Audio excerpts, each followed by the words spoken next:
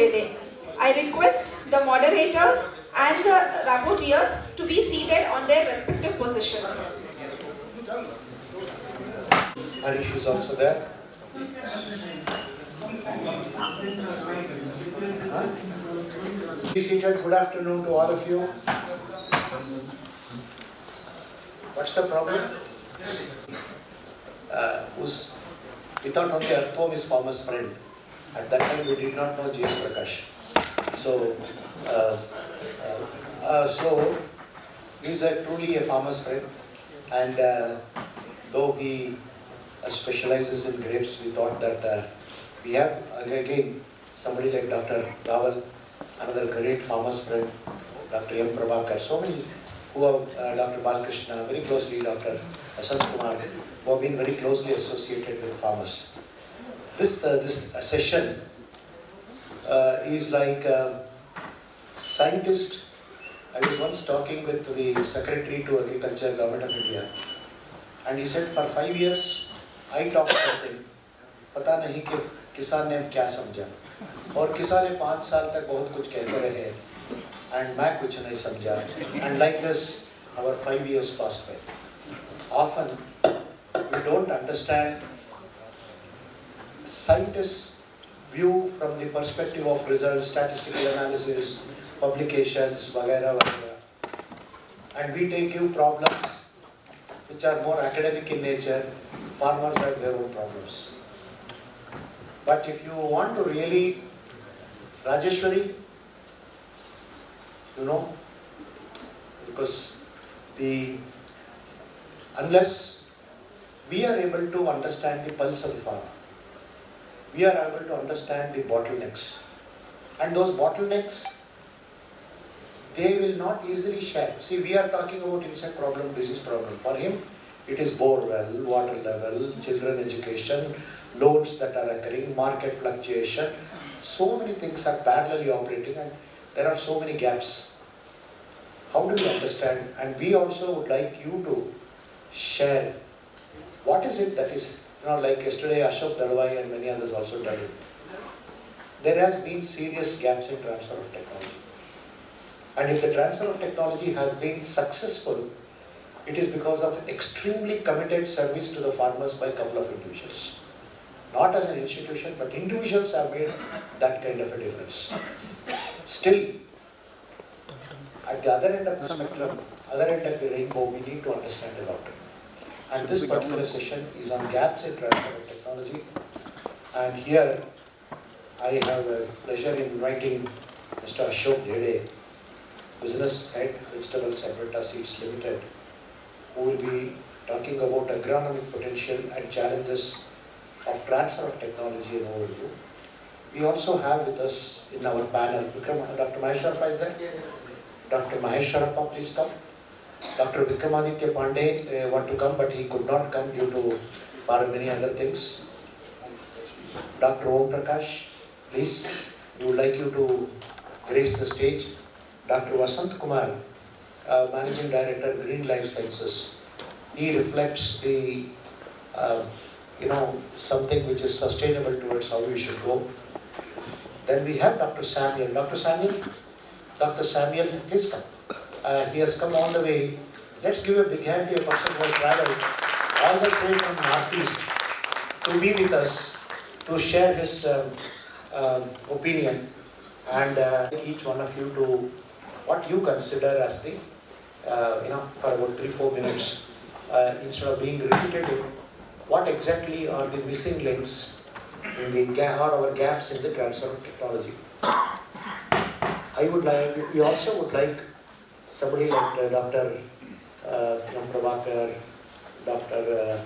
our own colleague Dr. Rawal, and any one of you from the seed sector.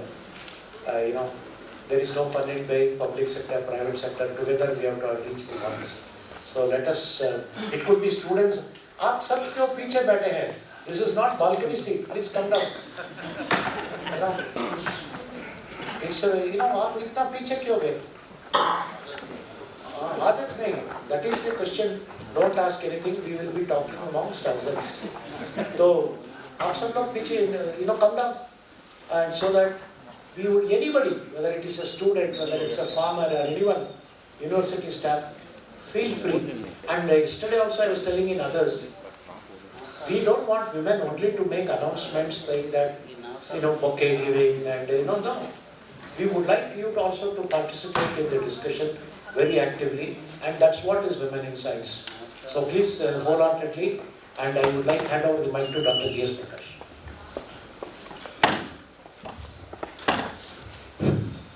Friends, since yesterday I was feeling uncomfortable.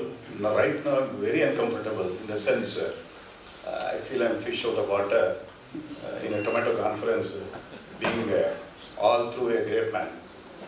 However, I don't know, I have to thank the organizers for having thought that I will be a suitable person for this session to moderate.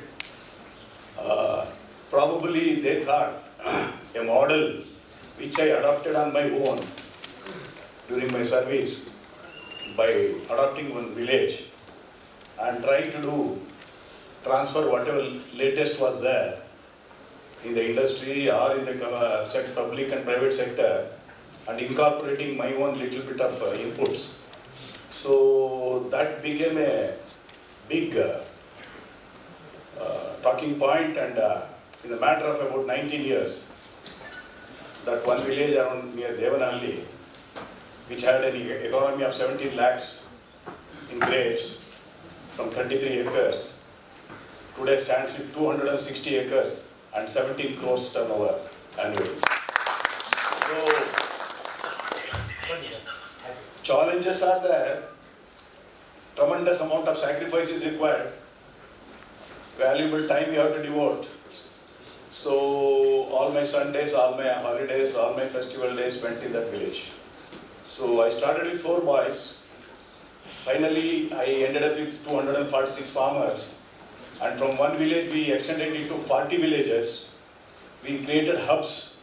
So that's how around Bangalore, for 18,000 acres of grapes of 5 varieties, today we are catering, almost we have done. And most of our farmers are self-sufficient in terms of knowledge base and reasoning base. My interventions were there many a times. I don't mind thanking some of our friends are here from our industry, like AgriSearch, through whom I did a lot of work, and Kalteva, through previously DuPont. So I took their help. At the same time, it was easy to penetrate when the platform was there and the farmers are very receptive. So it's possible. Only thing is, models are there by extension people, how to interventions are to be done. But it's possible if the technology or variety has a strength. Otherwise it will be a short-lived. So with this brief background, we have a very learned panel members around here. A couple of them from rather majority from corporate sector, which is very good, integrating their knowledge, how they are trying to push through their technology or their commodities in the market. So let's hear from them. Yeah, please come. So first presentation? Yeah, presentation. Take about... अरे बोलो good afternoon. अभी तो खाना खाया हमने. So I will not bore you guys, don't worry. First of all, respected co-chair, chair and co-chair and panelist and invited participant. This side is Ashok Gede, and I am taking care of vegetable business for Advanta Seeds for the Asia and Africa. And I have been working with this company for last 6 years, and prior to that I worked for Syngenta for 17 years. I have roughly experience of around more than 27 years, and mostly I work in the domain of vegetables. So that's a short background.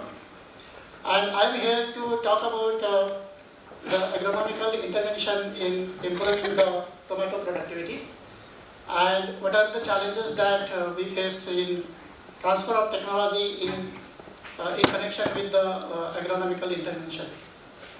I wanted to start with one example that industry has seen. and many people here have witnessed that. I tell you, most of you have heard the Avino.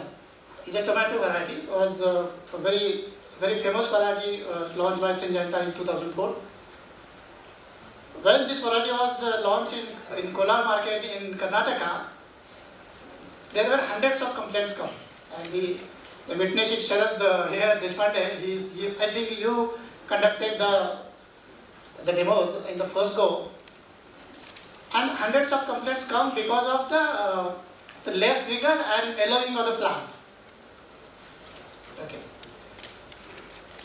And same variety become number one in the global by generating revenue of $10 million, around 60-65 crore, only because of agronomical intervention.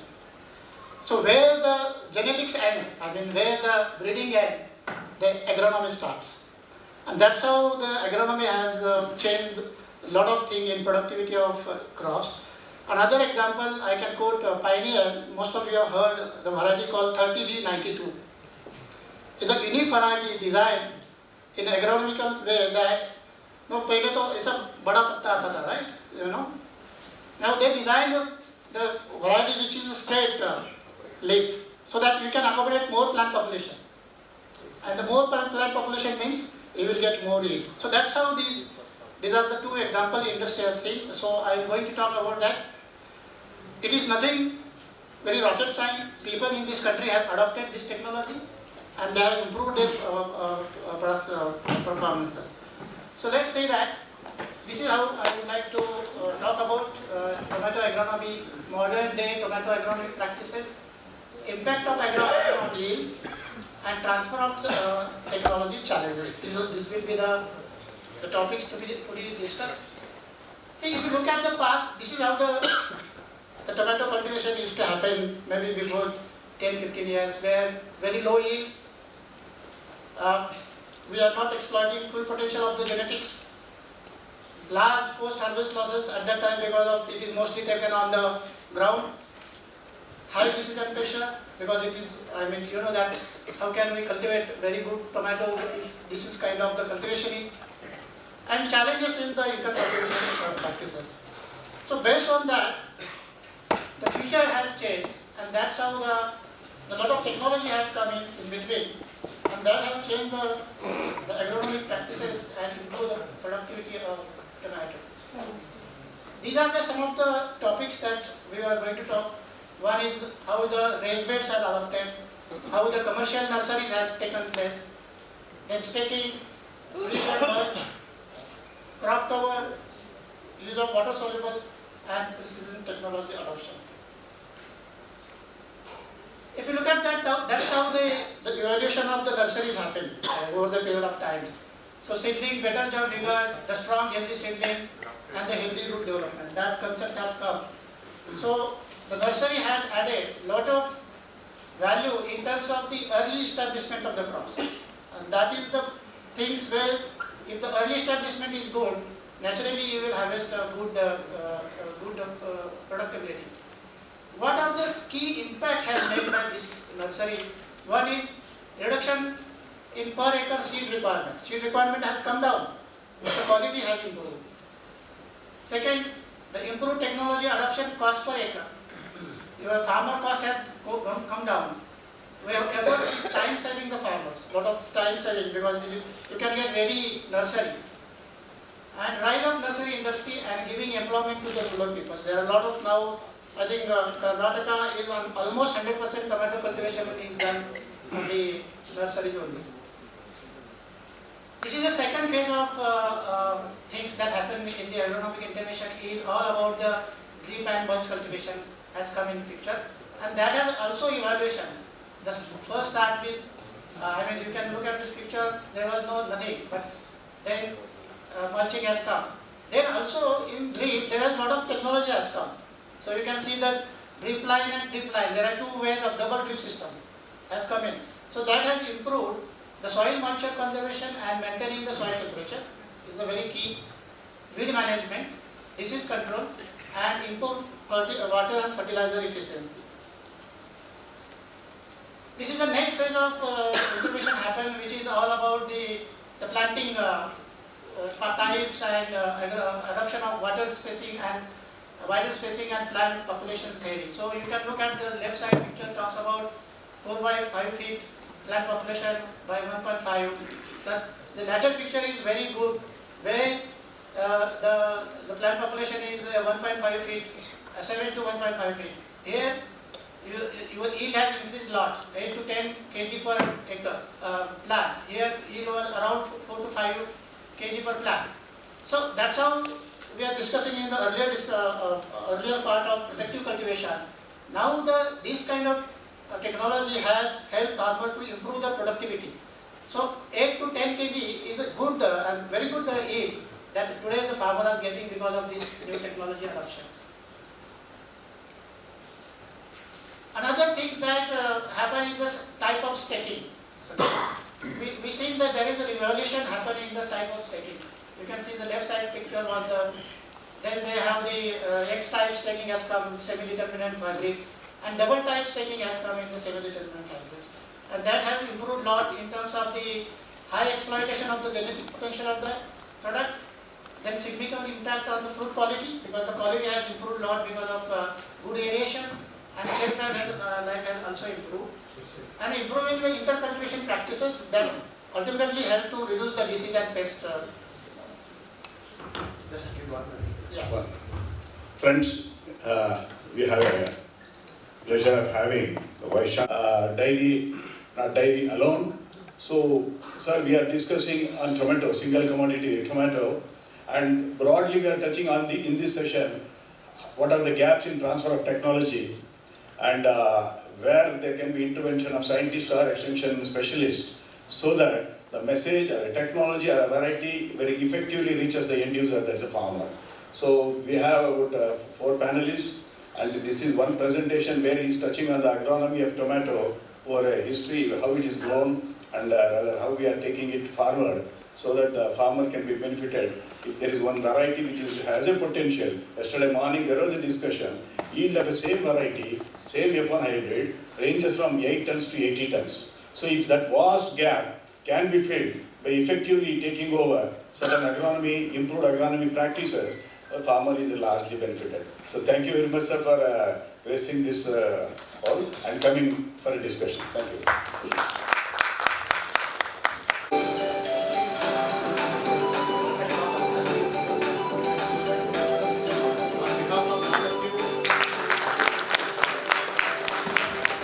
Sir, side.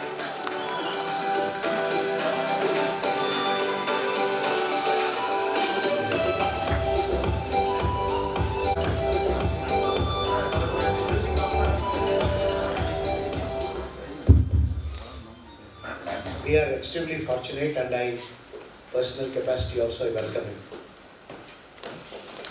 I would like to tell 1 or 2 words, not because I want to praise him.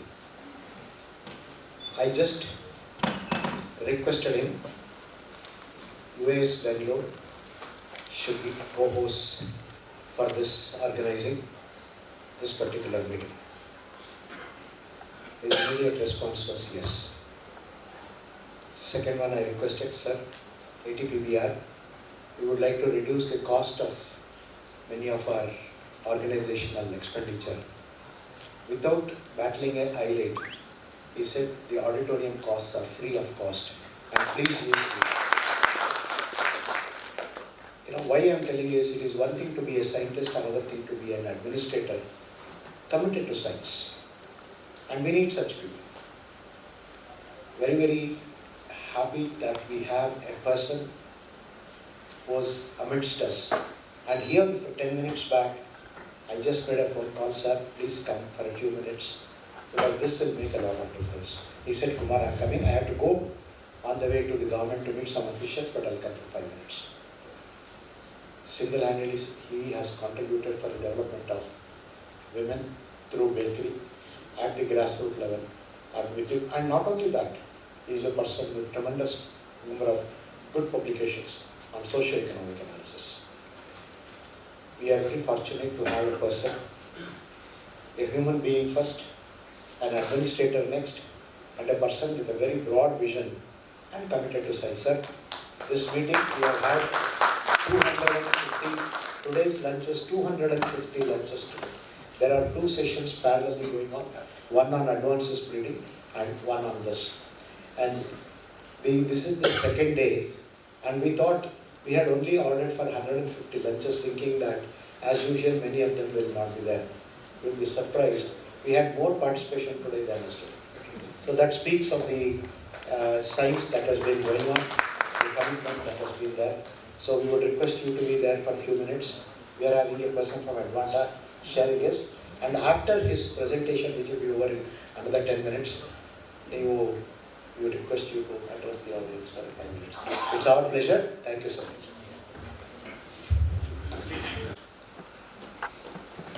This is again the further to the staking evolution happening in the tomato cultivation. Now, the few farmers are also trying to maintain, to cover the crop in order to maintain the temperature. And you can see this is how thing. And this next picture is all about tunnel, but that is going towards the productive cultivation, but it is still part of the open field because it is not very highly sophisticated things that. So tunnel, but this mostly happen in the winter cultivation in temperate region in the hilly area.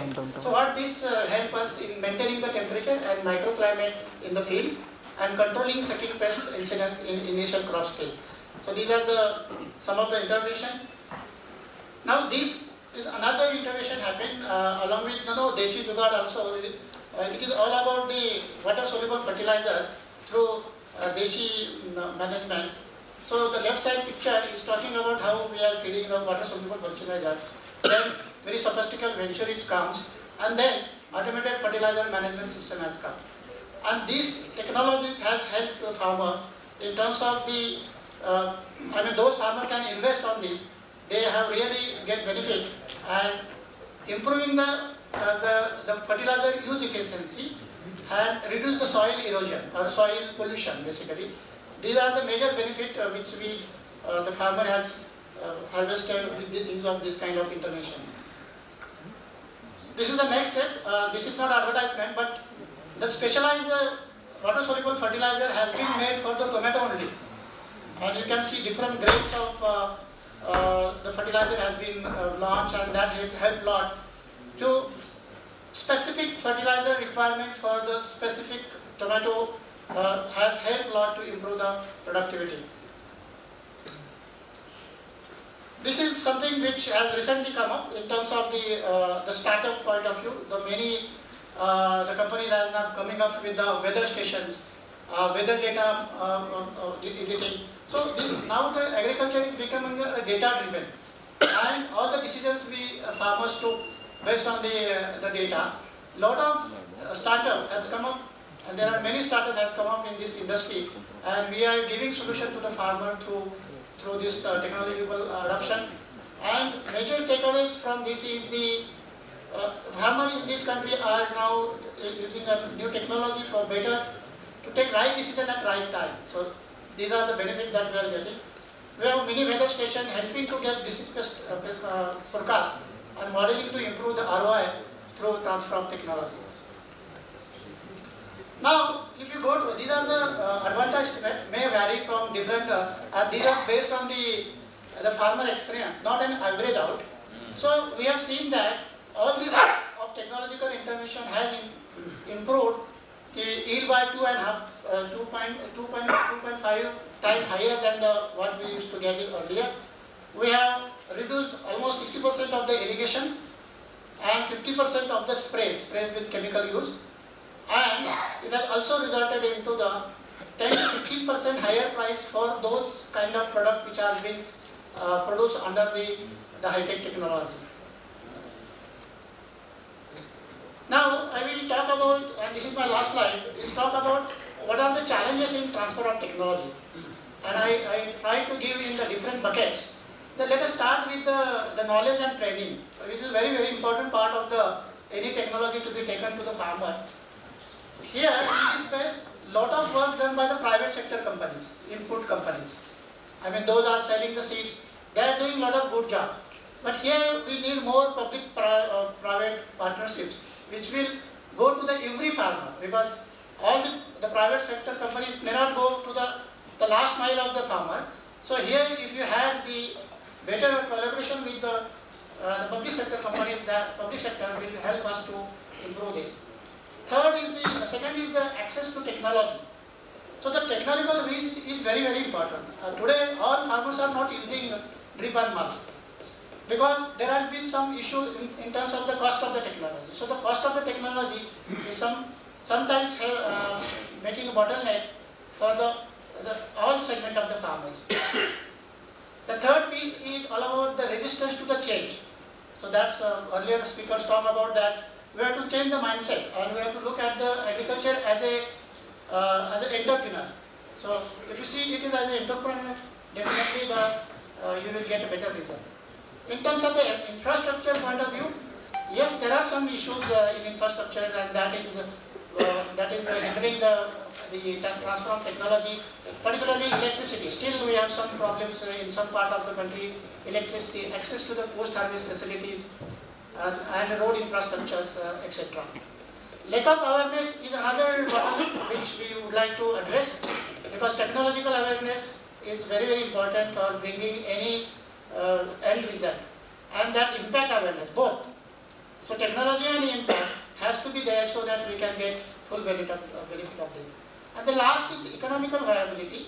When we invest, we need to get return on investment. So the high initial cost probably, and the fluctuation in output prices. Tomato is a very vulnerable crop, so the output fluctuation prices are very, very important, but that is not giving consistency, and that's why the ROI of the farmer is not consistent in tomato. Sometimes even he will get very good money, but sometimes he will lose the money as well. And of course the maintenance and the operational costs. So that's all about, I would like to share it about the agronomical practices that is happening in this space and the challenges that we have faced in the transfer of technology. Thank you very much. Very specified targeted research. I don't see a chair given by a private sector. I don't want to take anything. But there are postgraduate students who can be told, you decide the problem, public sector will guide them, you also be a member and take up the research forward. Second one is you identify the teacher, you identify the researcher, you identify the breeder, but then tell these are the things that we are looking at. Even when it comes to sharing the germplasm, private sector wants public sector to give all the germplasm. Are you ready to open your almirah for the public sector? Sir, we have to ask the head office. So we know what I am only trying to tell is the transfer of technology is a two-way process. And kindly, so what I am only trying to tell when you say this, whether it is Adventa or Rallies or Bayer or Reichswan or anything, this country now needs, we have to collectively address the problem. It's not the money that is being allocated to public sector research is dwindling. And as a result, they are asked to come out with sometimes very difficult. Not that I am telling they are working with higher level of efficiency, but I would through this forum request all of you to, whether it is horticulture university or agriculture university or IIHR or some other centers, wherever you identify a person who can deliver, be a little more liberal in advancing what you want the research to be carried forward. Anybody else in transfer of technology per se, difficulties. And second one is, the private sector, when they do transfer of technology, I have a feeling you are overloading with the package of practices. You take my seed, you tell them this many number of sprays to be given, this many number of micro.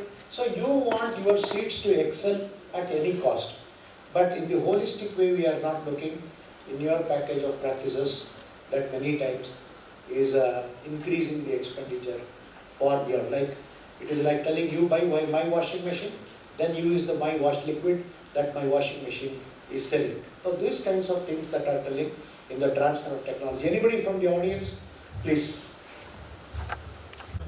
I am Karunakar, so ex-Syngenta.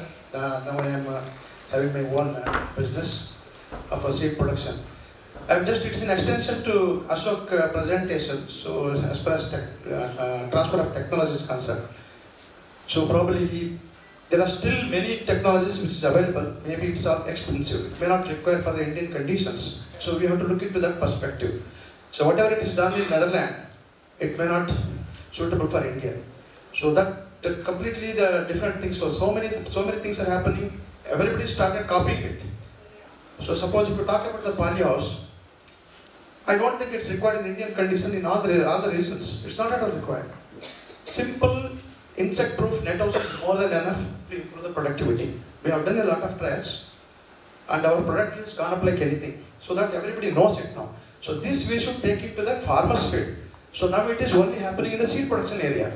So once it happens to the commercial area, probably the tomato or chili, whatever it is, the yield will definitely 40 to 50% will increase.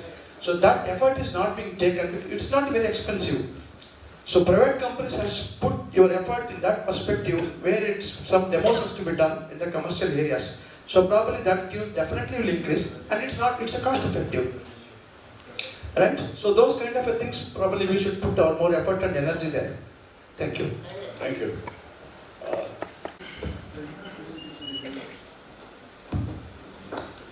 Good afternoon, respected Krishna Kumar, the former DDG, Dr. Prakash, and dear delegates.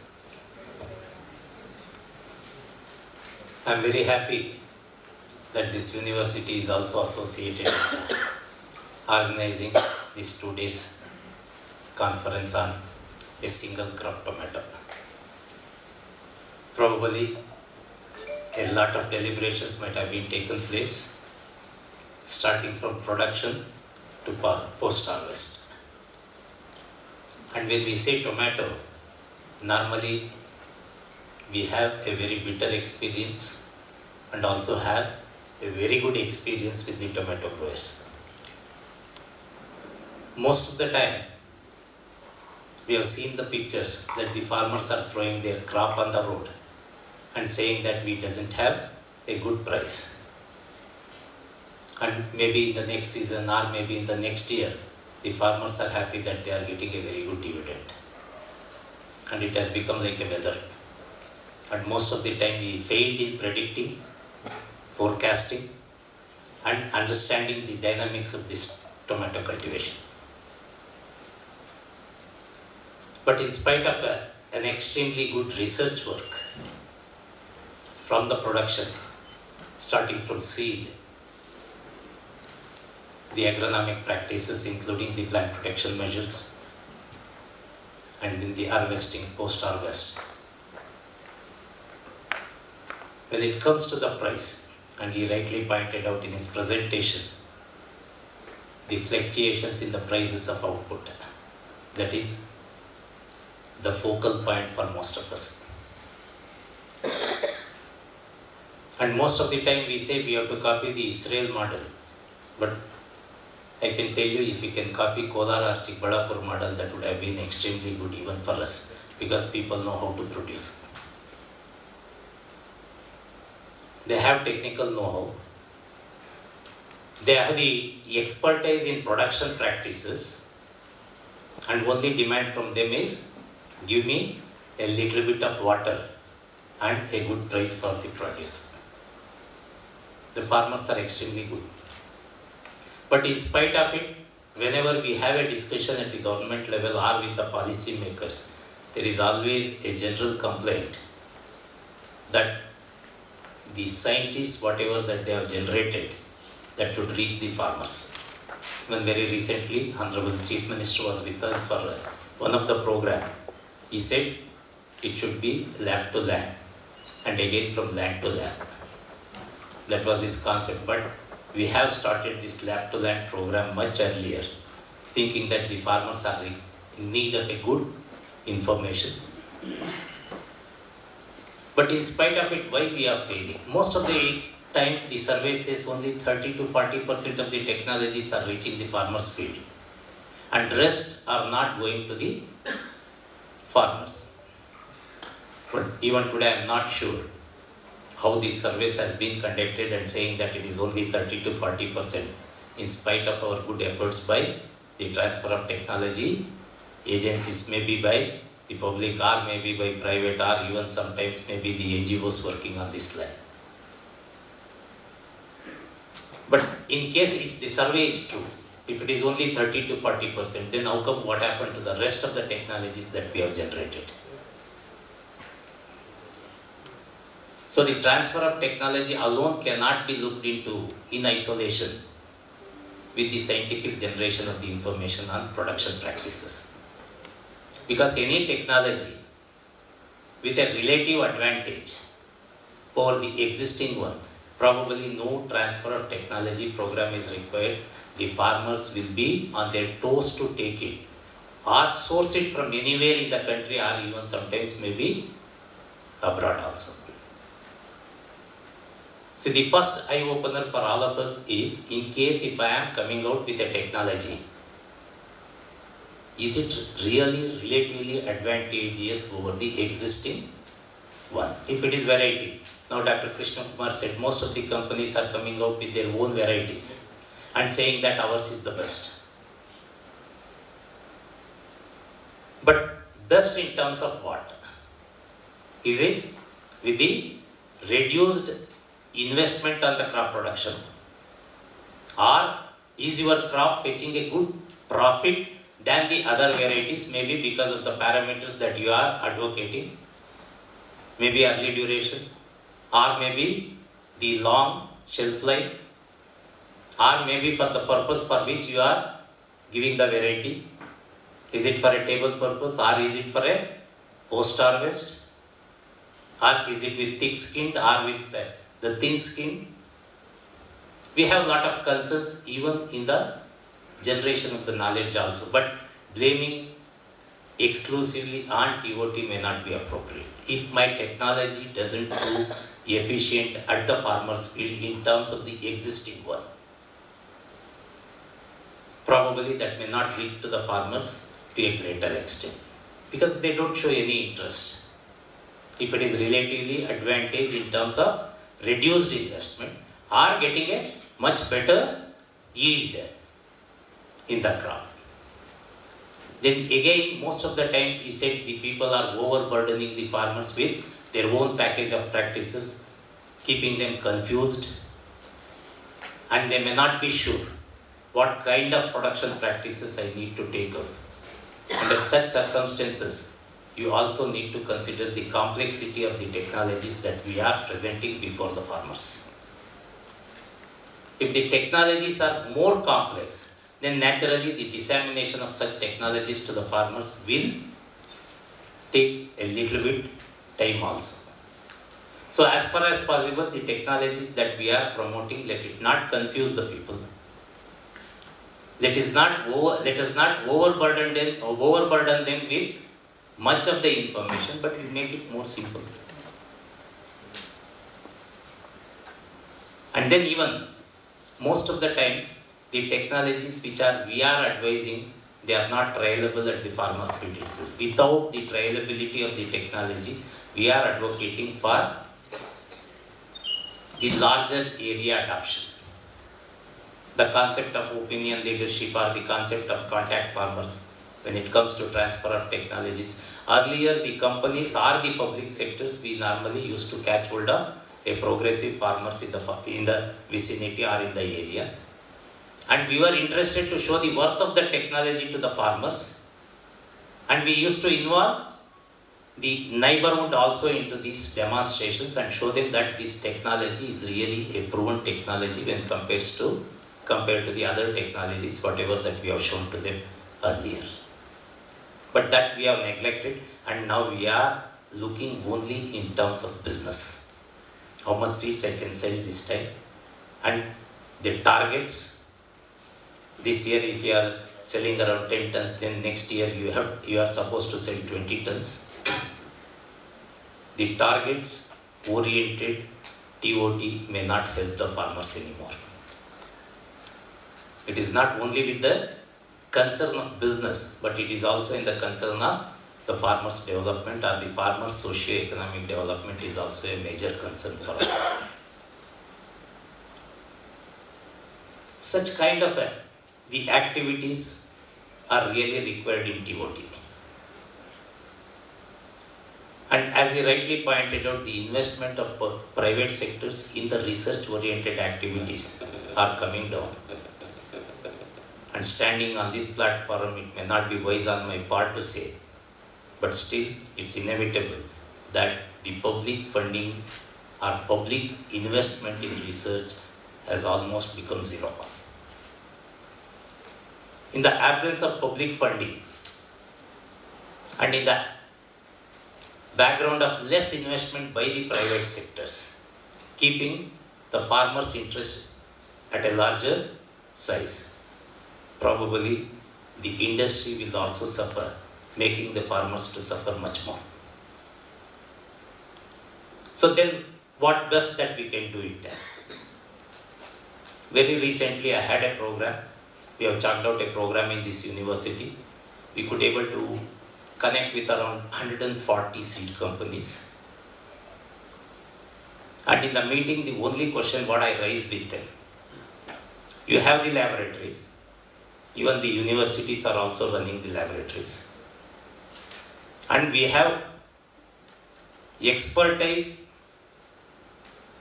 in the universities when compared to the public sector, because you may hire 1 or 2 scientists, but here it is totally a multidisciplinary activity. And there may be some time-oriented or time-limited problems that may arise to the companies.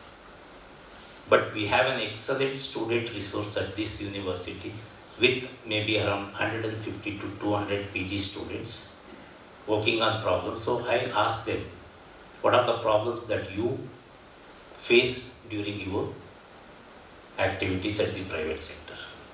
Then immediately we could be able to gather around 60 problems listed by the different companies. Then I gave them an open option saying that you give me that problem, we will allocate or allot to a particular student. And for the first time, I opened the door of our PG research, student research, to the private industry, also saying that you can also be in the advisory committee of the PG students. You will be invited. You can also serve as an advisory committee member. You decide the problem and you decide where the research has to be conducted. If you can provide the facilities, we are ready to send that student to your laboratory, or else we will take up that student research in the university under the direct guidance of the expert or the chairman of that advisory committee. And you give us the timeline that this is in 1 year, this is the output that we expect. Or maybe if it is a PhD research, maybe in 2 years. And the other part of it, if they can sponsor this problem to our students, directly that will solve the problem of the private industry. And we are also making that student ready to work with the research wing of the private agencies. You need not have to roam around the centers to recruit your people. If you feel or if you are comfortable with the work that he has turned out, you can immediately absorb him into your company as a scientist or as an intern under the internship, or maybe for some other purpose also. We are making the student ready for the private industry, and at the same time we are getting solutions for the immediate problems which the industry is facing, and at the same time whatever the problems that we identify, normally they will be farmers friendly research. That is the purpose with which I have opened the windows for even private sectors. And this time we have started it also in the Department of Plant Pathology, the Department of Agricultural Entomology, the Seed Science and Technology, the Biotechnology also. In addition to this, the students who got trained there, and we are also giving them an option, after their research work in the private industry, they can come back to the university. They can also tell us that these are the facilities that we have in the private industry, but unfortunately we could not able to get such kind of facilities in the public sector, because when once we say that it is a public sector, lot of bureaucratic approaches, lot of the delays, and that is what I have reduced in this university, that there should not be any lapse of time in conducting the research. And also the farm advisories. These are all the associated things for our TOT, especially with tomato, the area under tomato crop, because all these years we have a big data with all of us. We know what is the area required, how much production that we require for domestic market, how much I can export outside this crop, and how much I can make use of it for processing and value addition. But unfortunately, we doesn't have a system to give the farmers an alarm or a warning saying that the required area under tomato crop is full now. Any more area under tomato crop will make the market volatile and you will be in trouble after the harvest. We have the satellite technology with us, and we have other mechanisms to know the crop survey, the area zone, and if we can give that advance information to the farmers, naturally the farmers will also become alert.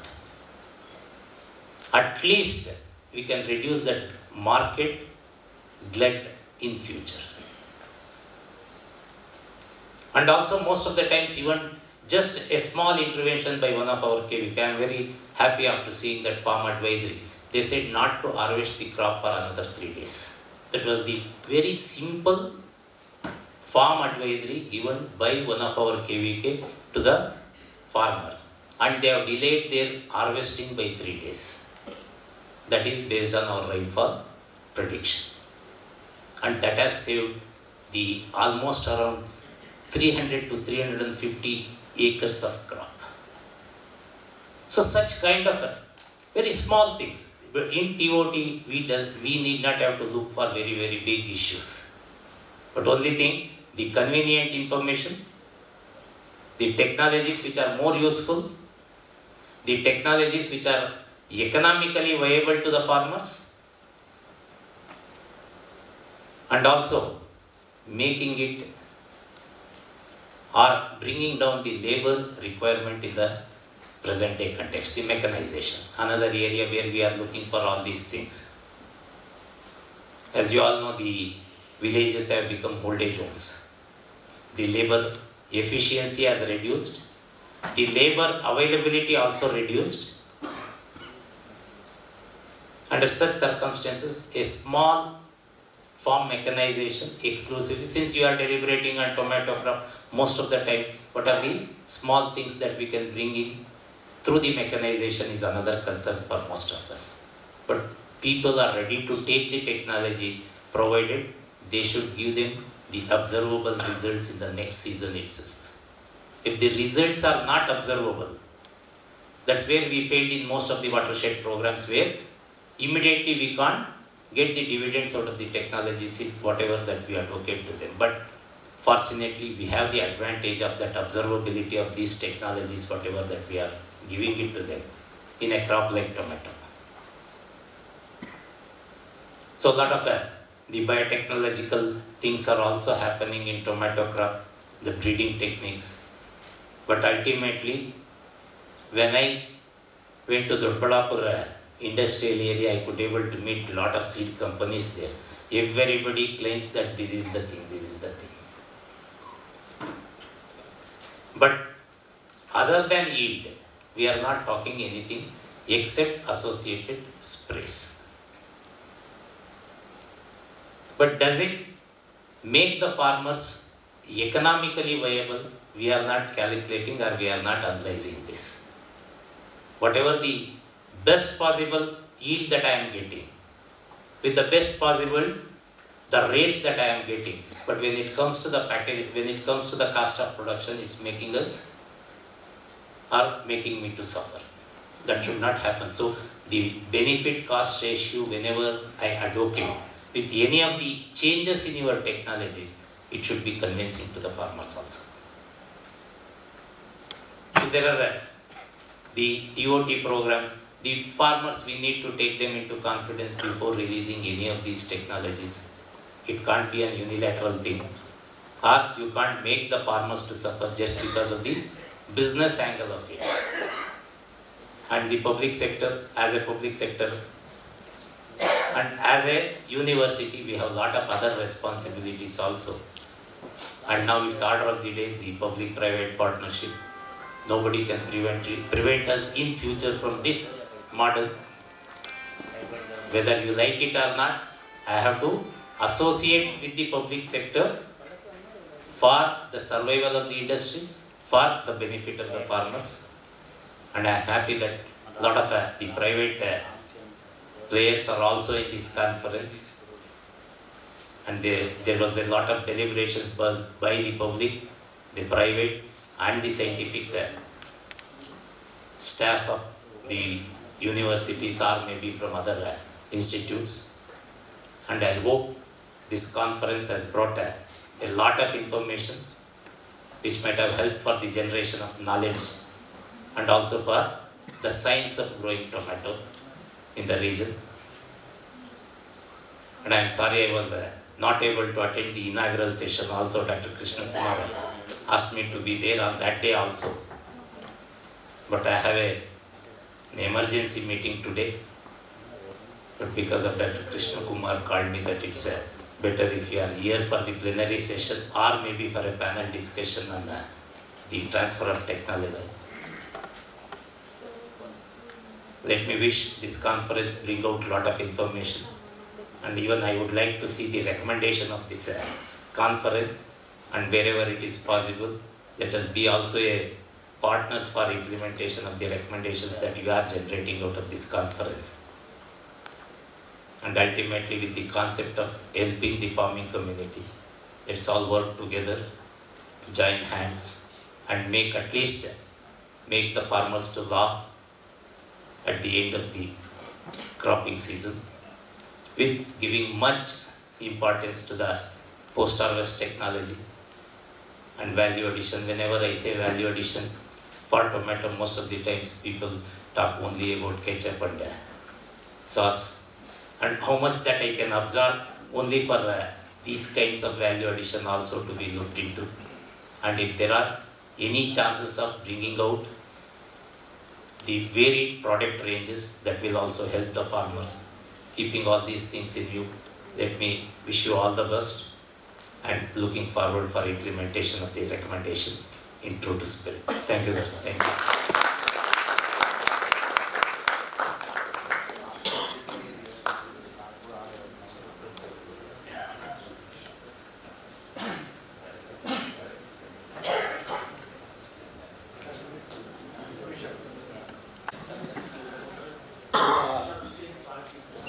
Yeah, because Sir, you have 5 minutes.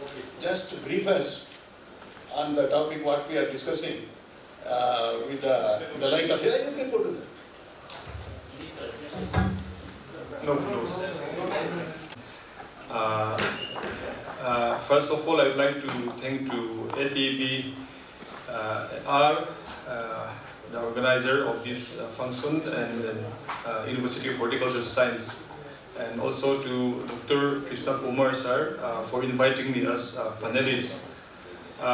We have a long journey with IIHR, especially Dr.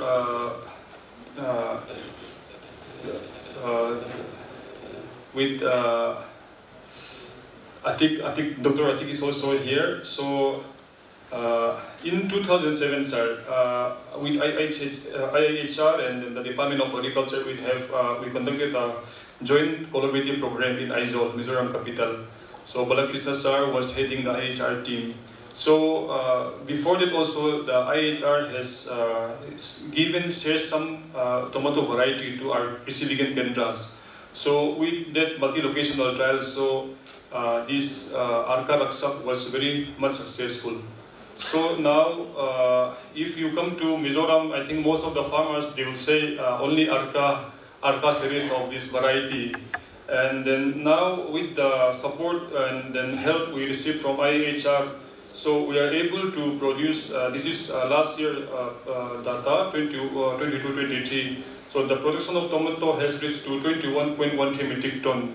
And then, sir, in fact, we are also very blessed because during COVID time, all the interstate border was closed. So that time also we are able to, produce, buy our own, where we have become sustainable. So today I would like to take this opportunity to thank to the IHR scientists for giving and supporting the state farmers. And not only this, sir, the two of our farmers have also received IHR Best Farmers Award in 2019 and 2021-22. In fact, we have introduced this Arka Raksak, Arka Abed, and Arka Samrat. So now also we are cultivating mostly this variety, although in there are some farmers who are cultivating in greenhouse. So mostly in open cultivation we are adopting this variety. And sir, today I want to stress one thing is that unlike the PowerPoint which we have seen, actually in Mizoram we have very limited plain area. Because those production of tomato is also coming from the Jumland. We burn the jungle, we clear the forest, burn it, and then we used to plant tomato. So in this condition, this Arka series are performing very well. And then, but the problem is now we have a kind of surplus production. So earlier when Balakrishna sir has come, he said tomato price in Bangalore was 35 rupees. That time it was around 85-90 a kilo. But now in Mizoram, the farm gate price we're getting around 25-35 rupees now. So that is one of the success story we have with IHR. And sir, regarding the TOT, in fact, I belong to agriculture department and I was also involved in KVK. So we have been giving training to the farmers. But again, in case of my state, more training is required because many farmers feel that the more you spray mancozeb, then the better the crops they can harvest. So in a week, they used to spray sometimes 2 times, 3 times. So sometimes in some village, this harvested tomato is covered full of this mancozeb powder. So likewise, actually, lots of lots of training has to be done. Lots of training needs to be given to the farmers. So those are the things which I would like to express. Thank you so much. On what exactly happened. I remember I had opportunity to work in Mizoram twice for setting up a winery. See, even though it's a dry state, they drink wine. So Bangalore Blue Grove, surprisingly I was told that it grows there, like a wild plant. So they were making wine out of it and then we have set up a winery there and lower champagne down below. And I don't know what happened later, but they were very receptive. That time also I remember the technology was very crude. They didn't know how to grow, there was no pruning properly done and those things were there. But we tried to do something and we introduced some material also, now good wine varieties also. Probably this is one of the interesting zones or areas where we can make a lot of difference. Thank you very much, sir. But the flip side of it is when he said mancozeb residue. And if you are, is it they are unable to manage the early blight or why so much of mancozeb is going? Why farmers are spraying 2 to 3 times? Because these varieties are supposed to be resistant to. So I would request Balakrishna to, the next logical step probably is that this much of panic spray is not required. 3 times a week mancozeb. Dr. Ravar would like to.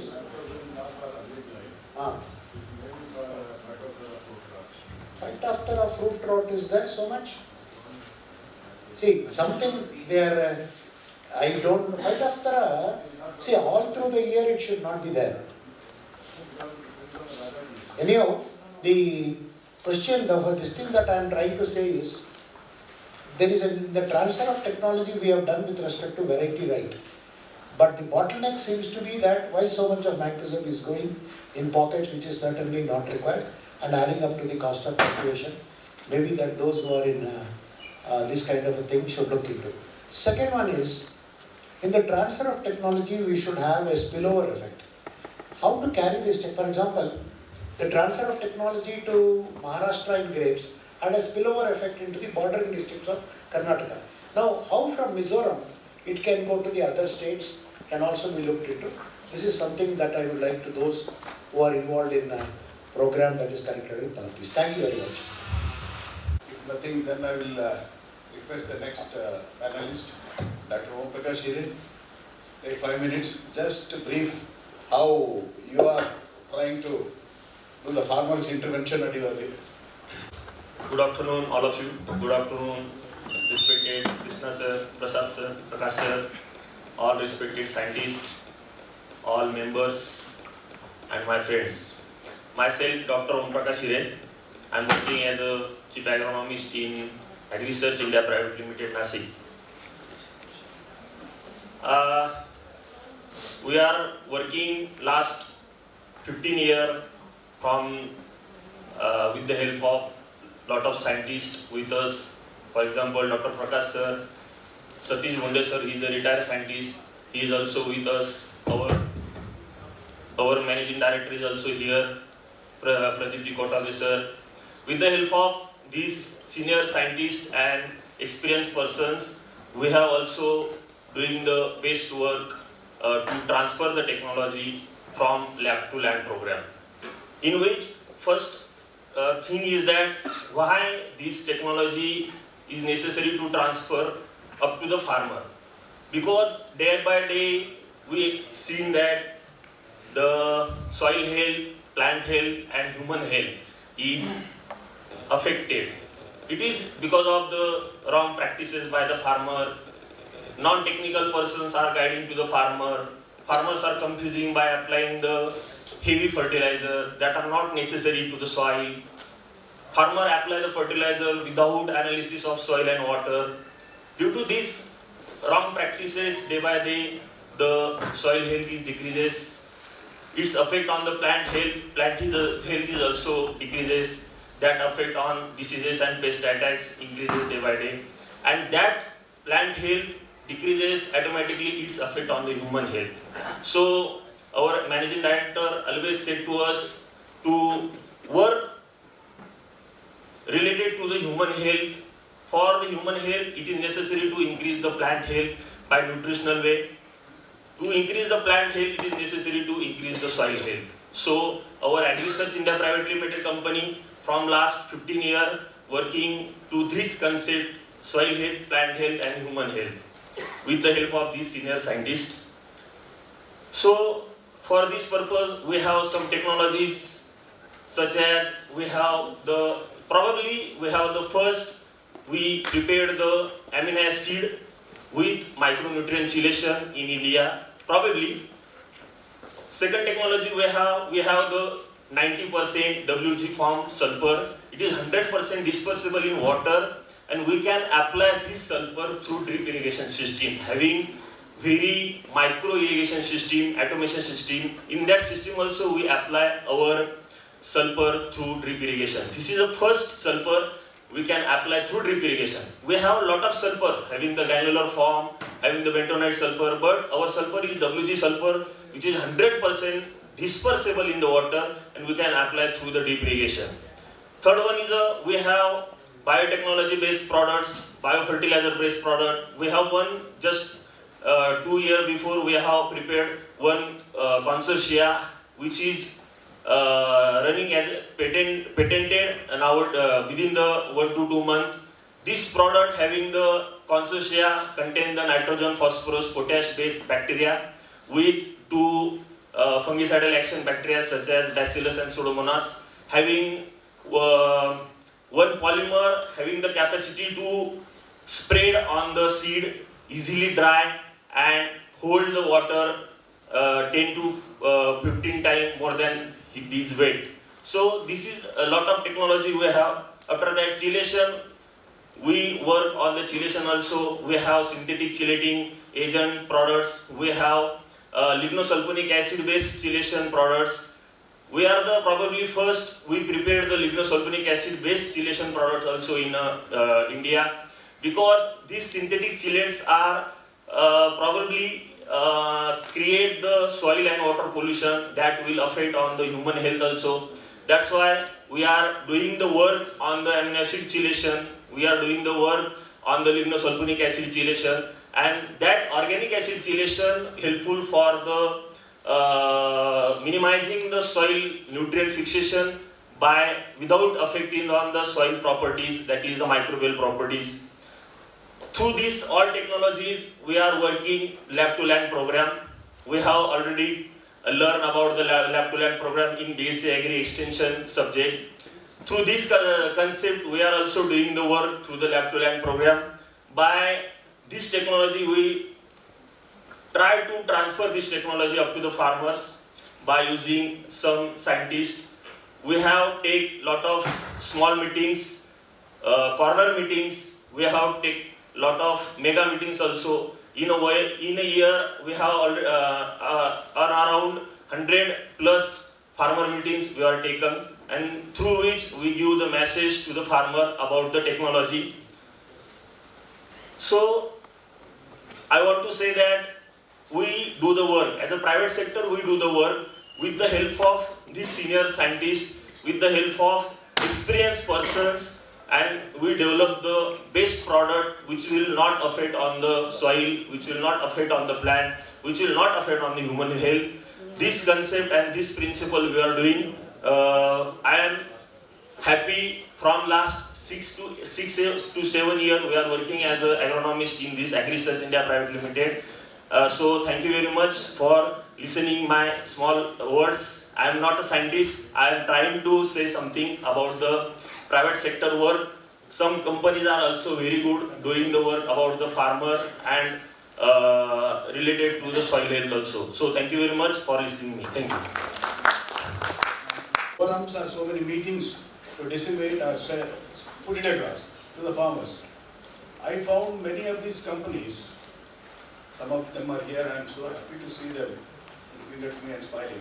So I use their platform and we have disseminated so much of information. Let me tell you, it is not a matter of any secret. When we did workshops, we have done a number of workshops in Nashik, Sangli area with this platform, The company was so selfless. We used to have straightaway technical sessions. They used to intervene first only 5 minutes to 10 minutes. One of them will just brief about the company and their activities, and the rest of the time it is for the scientists to, irrespective of their product or any other product, we are only there to give information. That's what I found wonderful, and that should be a good model for many such companies, so that it need not be all the time public sector, which is humanly impossible to cross this barrier of technology transfer. Thank you, Dr. Om Prakash, for a very useful information. Any other questions? I have one small thing. In onions, we always talk about Nashik onions, because they are qualitatively, because of the soil pH and other things, they are qualitatively much better than the onions that come from other places. In the case of tomato, when we are thinking of processing, we require a certain amount of higher quality, whether it is bricks or viscosity or anything. Has there been a real comparative analysis of the Kolar-Madanpalli belt versus the Nashik belt with regard to the quality attributes purely from a soil perspective? Because when we prefer Nashik onions over others, there is every possibility that those onions may be qualitatively superior as compared to many others. But what is required is a quantifiable data. And in the transfer of technology, why these things become very critical is which segment will be more suitable for processing, if at all we do, which segment can go to which end of it. So these are some of the things that can probably add. For example, I'll extend it a bit. Brinjal is grown all over the country. In certain places, brinjal is bitter. In certain places, brinjal is absolutely delightful. And so not only the variety, the soils and many other things make a difference. I just thought that we are having two clusters, Nasik cluster, in this particular cluster, like that we should analyze the quality attributes that go with regard to that particular region in enhancing our better understanding of the crop yield and quality. Anybody else would like to intervene?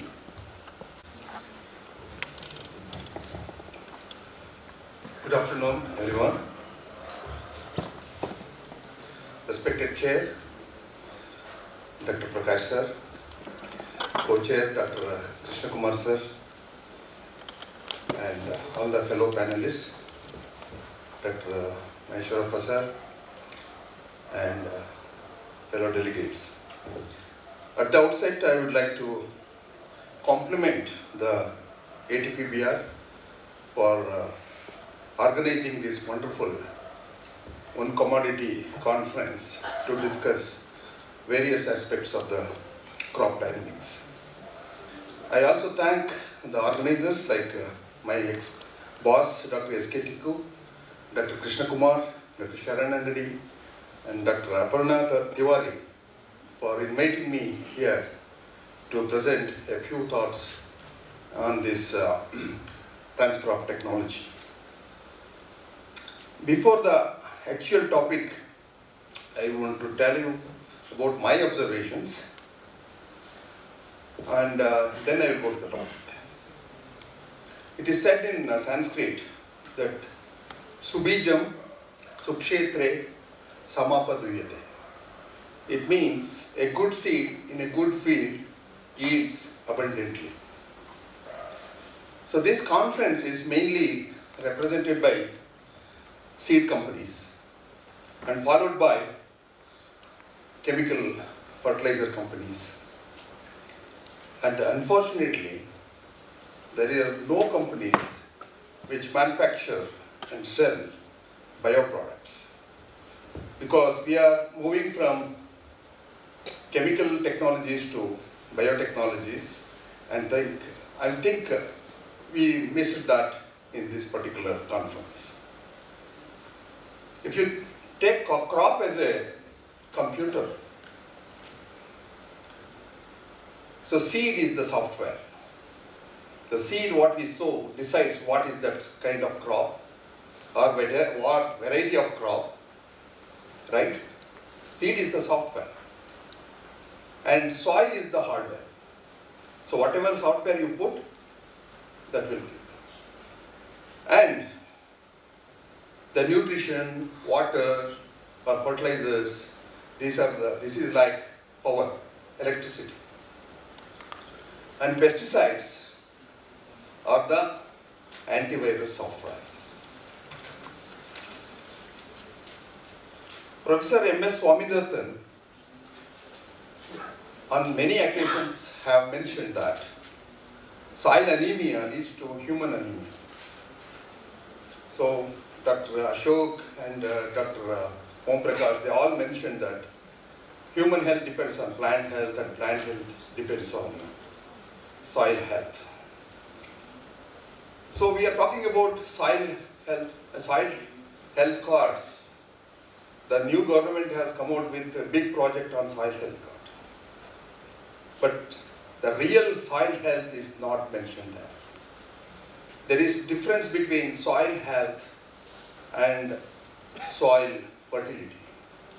Our soil health cards gives only the chemistry of your soil, not the biological component of the soil. And in the whole conference, we missed this. We talked about softwares, but we never mentioned about any topic on the hardware, that is the soil. So the soil health, soil fertility are very important in my opinion and in my experience. And soil health is actually the presence or the absence of beneficial and harmful microbiomes. And when we are talking technologies in isolation. There should be a holistic approach to get the maximum genetic potential of a variety. So, we should not discuss or describe like blinds describing an elephant. And what we are missing in the technology transfer is the agronomical, for each crop, for each variety, for each location, it differs. So if I ask any particular breeder or a salesperson to get a schedule, suppose I buy a seed of a variety, and if I want a time schedule of nutrition and practices, cultural practices and plant protection measures, they are lacking. And the nutrition varies based on the soil health report and also based on the output. So whether you are taking 30 tons or 40 tons or 70 tons, so it differs. So balanced nutrient is very, very important. Our soil degeneration has happened not because of use of fertilizers as such, but it is because of imbalance in the fertilizer application. So now earlier we talked about only NPK, then we started talking about micronutrients, and we had totally forgotten about calcium, magnesium and sulfur. Now many specialty fertilizers are coming, like our Om Prakash company and other companies, but now only when NPK was there, then only the farmers were confused, but now the farmers are more confused. So this needs to be addressed. And we all know that food is medicine. Most of our insect and disease problems are due to excess of nitrogen or deficiency of some other nutrients. So we need to make corrections in this. Correct nutrition means less cost on fertilizers, only need-based fertilizers should be given, and less cost on pesticides also, because number of pesticide application will come down. I am talking from my own experience, and it means less residues. So you are talking about mancozeb residue in tomato, it is unheard of in this particular area. So we are talking about soil farming, which is also called regenerative farming. We have to increase the organic carbon, soil microbiome, and we need to use PGPRs, which give growth promotion and which give drought and disease tolerance. We need to encourage use of biofertilizers, biocontrol agents and biostimulants. Yesterday Dr. Naveen gave a wonderful presentation on these aspects. Biostimulants are very much required to realize the real genetic potential of each of our hybrid. What we are seeing as 100% is only less than 70%. By using all these factors, we can achieve more than 90% of the genetic potential of our own varieties. And also, we can bring in lot of disease resistance, insect resistance, and reduce the number of pesticide components. Because I am happy to inform you this house that I deal with, from our company, we are manufacturer of biostimulants. We have come out with a wonderful biostimulant which can cure virus disease, not prevention of disease, virus, which can cure virus disease. So far, we have never heard of curing virus disease once it is there. But because of this intervention, we have demonstrated very clearly that even a virus-infected plants can be brought back to its original health. So this is the new vista we have opened, and many others like you can take it forward. So, and I am directly coming from Maharashtra after a week's trip. Without going to Mysore, I have come to attend this conference, and we have done lot of trials there. Farmers are already commercially using, and they have found it very, very effective in controlling papaya ring spot virus. So it works on many other many other viruses across the crops and across the viruses. So package of practices for each variety is very important, and how to reach the farmers. in my own experience, when I quit the industry 22 years back, exactly 22 years back, November 2001 I left and started my own small social enterprise, and we wanted to help the farmers, and we found 3 important gaps.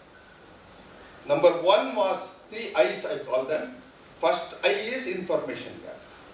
Farmers don't have, we have done in the universities and institutions, we have done wonderful research, we have generated tons of knowledge, tons of information. But we have been able to reach the farmers in grams only, not even in kgs. So I found that information gap is there. And in input gap, second I is input gap. Suppose he wants a particular fertilizer or particular seed or pesticide, it may not be available. And third thing is investment gap. So he cannot buy it. When he really wants to put some particular fertilizer, he may not, or pesticide, he may not have money to buy it and use it. So he will forego that. In some areas it is happening. In some areas panic spraying is happening. Desperately they are spraying, even unwanted these things. So by filling these gaps in 2 districts, we have brought in revolution. It is a wonderful model, sir. Dr. Krishna Kumar, sir. I think I have shown you. If I have not shown you, I will show you that. In fact, I wanted to show to Dr. Dadwai, sir also. I have created a model, but how we can reach this information effectively to those farmers? We can by providing the critical inputs on credit, because they didn't have money. We have brought in revolution. It has come in various media for your information, and I will show you that later. And this, what we did is, I came out with another concept like LCD. It means local crop doctor.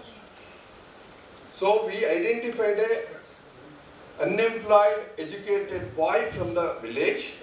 I finished. I come to the end. This is last point I am telling you.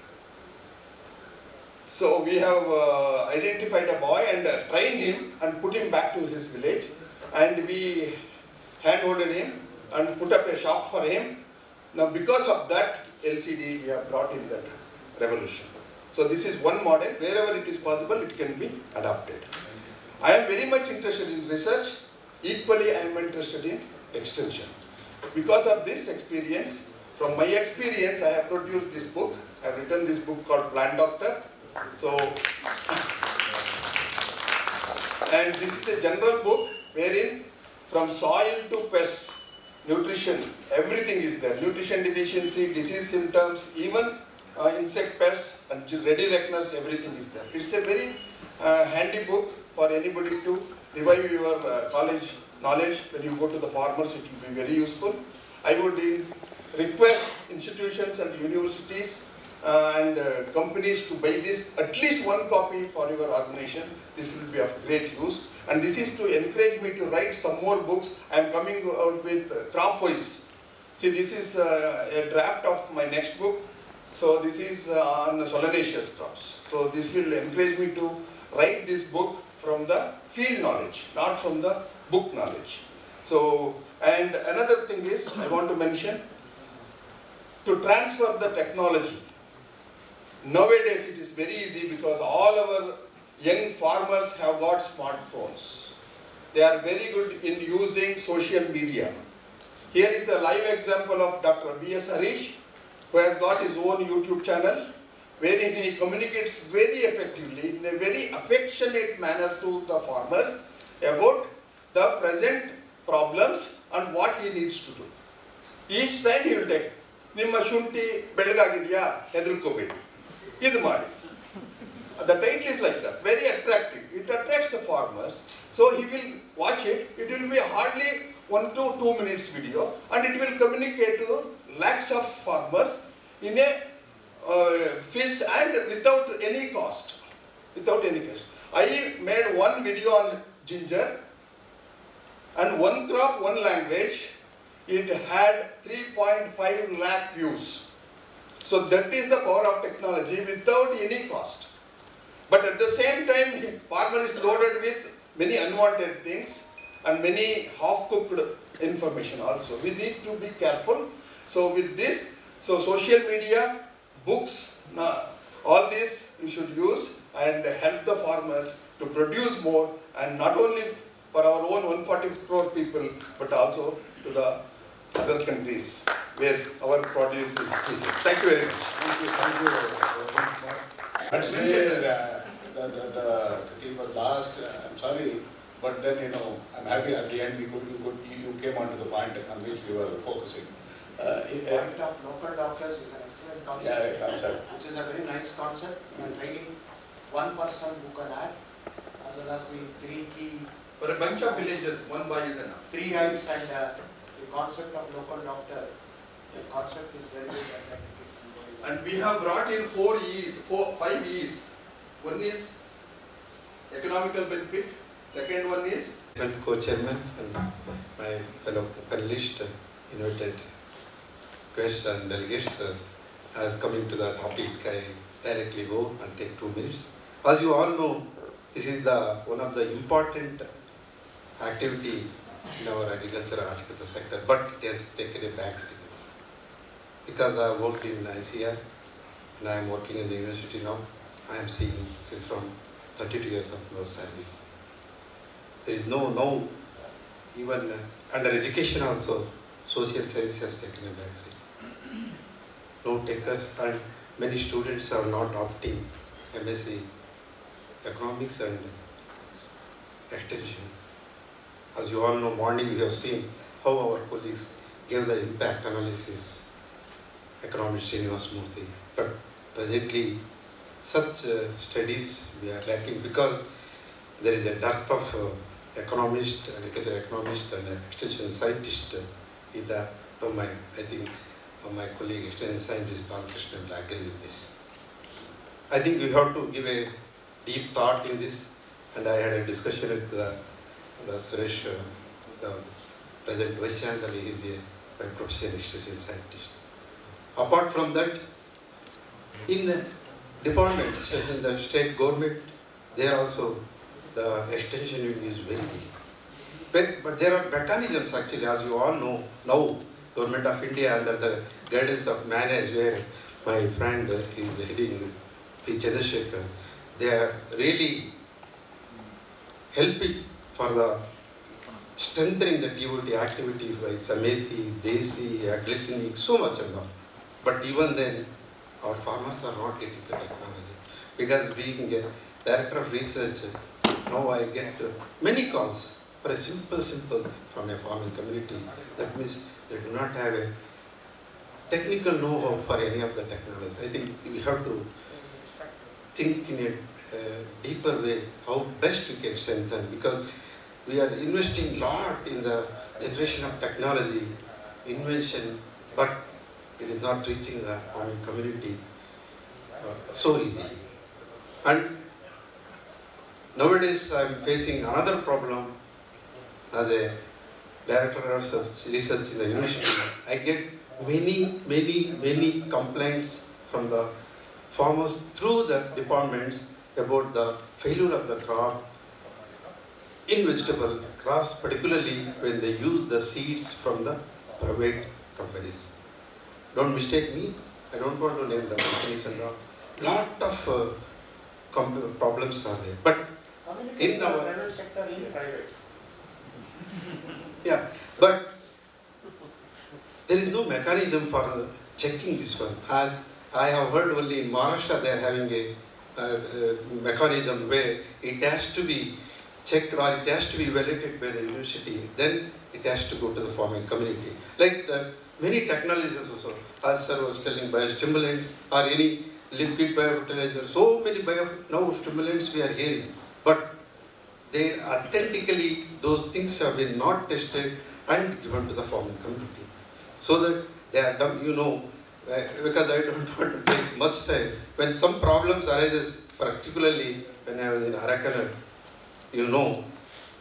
price is skyrocketing and anybody goes to a farmer and he tells, sir, this you apply, like that they have applied, and you go and see the soil is dead now.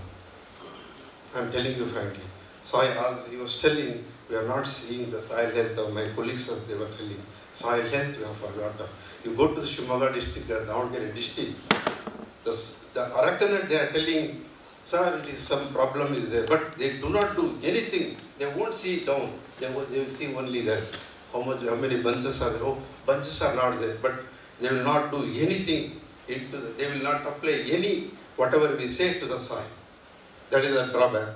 With our transfer of technology, with our anything, but they don't do. When he is getting without doing anything, 3 lakhs he is getting. He tells, no sir, I don't want.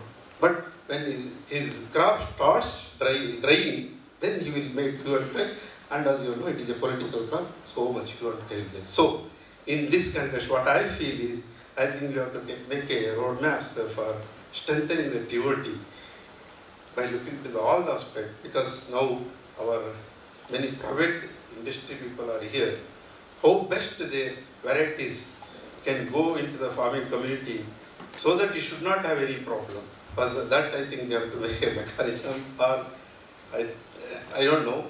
Then, as we all said and done, media is there, and other YouTube now, smartphones, everything is there. But the hardcore transfer of technology to the farmer in the field is lacking. I feel that's my view by seeing for the 32 years. I think we have to strengthen. I think now, without losing the time, I feel we have to, somewhere we have to put a word to strengthen this activity in the departments, universities, ICR system, and in the private sector also, I feel. With this, I take this opportunity. Thank you very much. Thank you. Thank you, Doctor. Coming to the point, I feel, you have mentioned a very disturbing picture regarding students not coming forward to join extension and economics. Economics, I heard even when you were BSc agriculture students, nobody opted for agriculture economics. We went because they said we will give you A grade. So extension is disturbing. Balakrishna is here. So probably you should give one area of research why they are not joining to MSc or PhD. We can do, sir. Yeah. So excellent small intervention. Anybody has any point to add? Yes, Dr. Deshpande. Right, but nobody has addressed basically how do you go, especially not this time, don't take this time, but September, October. You should have meetings in those areas where tomatoes are grown and guide them how to avoid those problems what they get in September, October. Nobody has addressed this.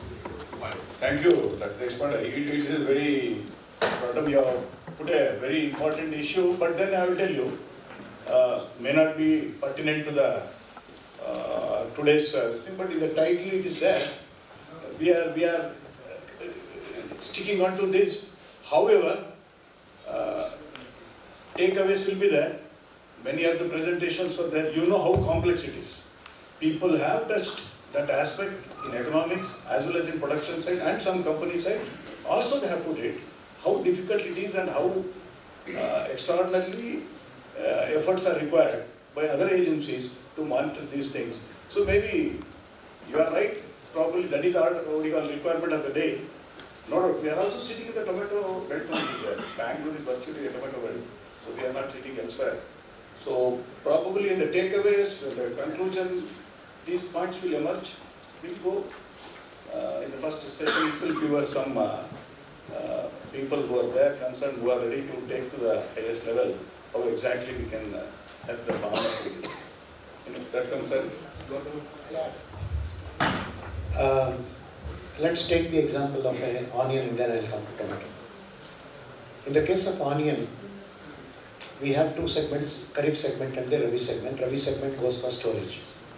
So we know it is almost like 50, 40, 60 you can say, Rabi being a little more than Kharif. And at the beginning itself we know what is the storage by March, April, and we approximately know that will last till Diwali. And the price fluctuation happens depending on the rains in Maharashtra, which triggers the onion and whatever that is, drought or excessive moisture.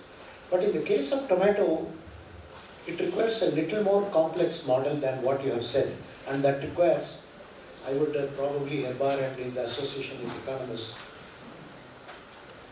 2-3 factors are playing a role. One is the summer temperature. In addition to that, any event in the northern belt that basically disturbs the edifice like the Gujarat cyclones or floods in Rajasthan or floods in Himachal Pradesh.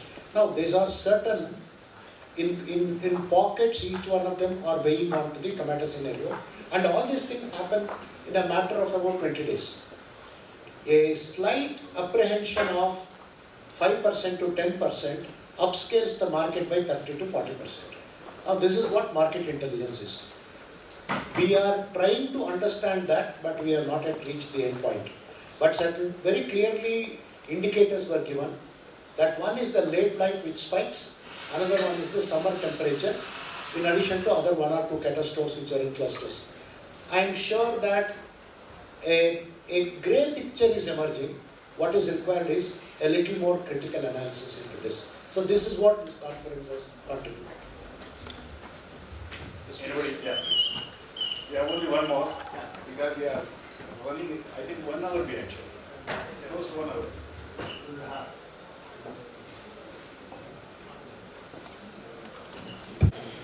I would like to clarify 2 things from the private seed sector.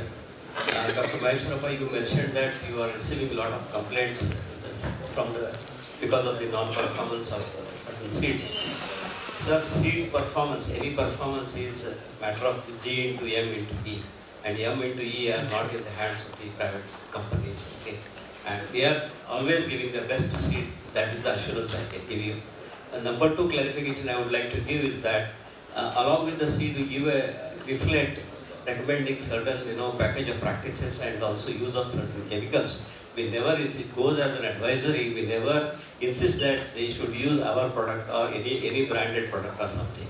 It goes only as an advisory, it is not a compulsory thing which the farmer is supposed to adopt. Anyone quickly? Dr. Harish, you have done a lot. One more is input transfer. Today I learned both should go in toto, it's complete a package transfer. It should not work in isolation. That's one thing. And second thing is I want to press upon everyone, a genuine love and passion is enough to become everyone to be a technology transfer agent that will take care of the country itself. Thank you, sir. Great. It's called general extension. It should be highly customized. If you don't know how to customize solutions, don't do extension. Thank you. Just looking at looking at IIHR, why the transfer of technology was initially very successful.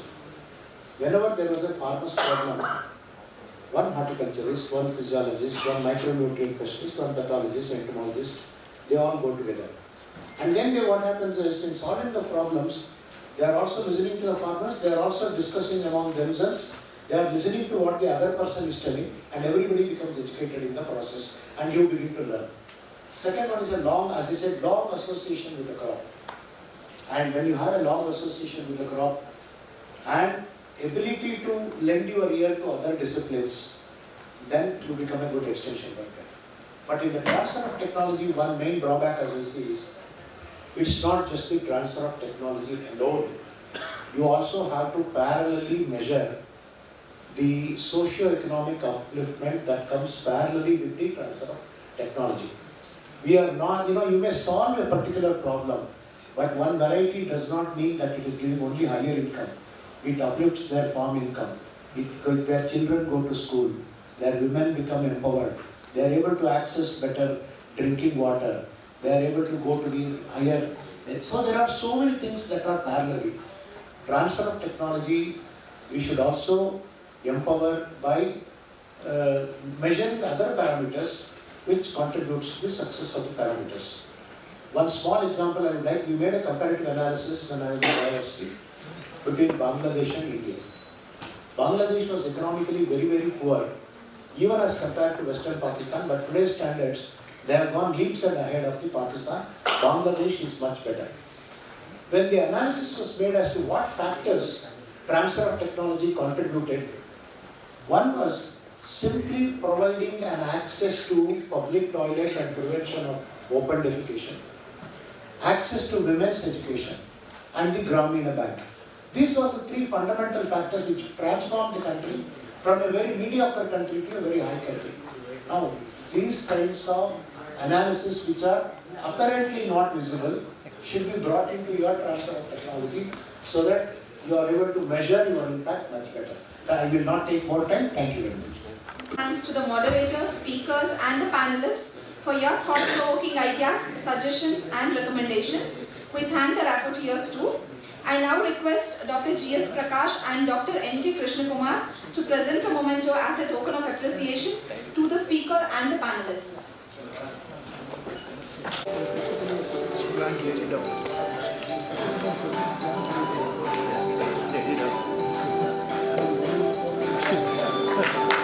Excuse me, sir. Oh, come to back, bro.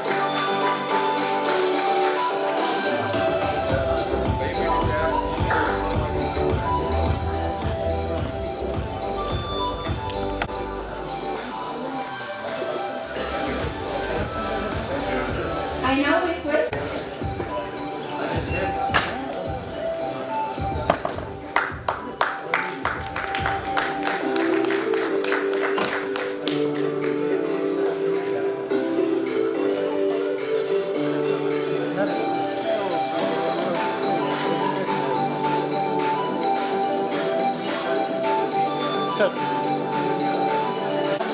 Wait பண்ண சொல்லுங்கள் please சொல்கிறேன் அவ்வளோ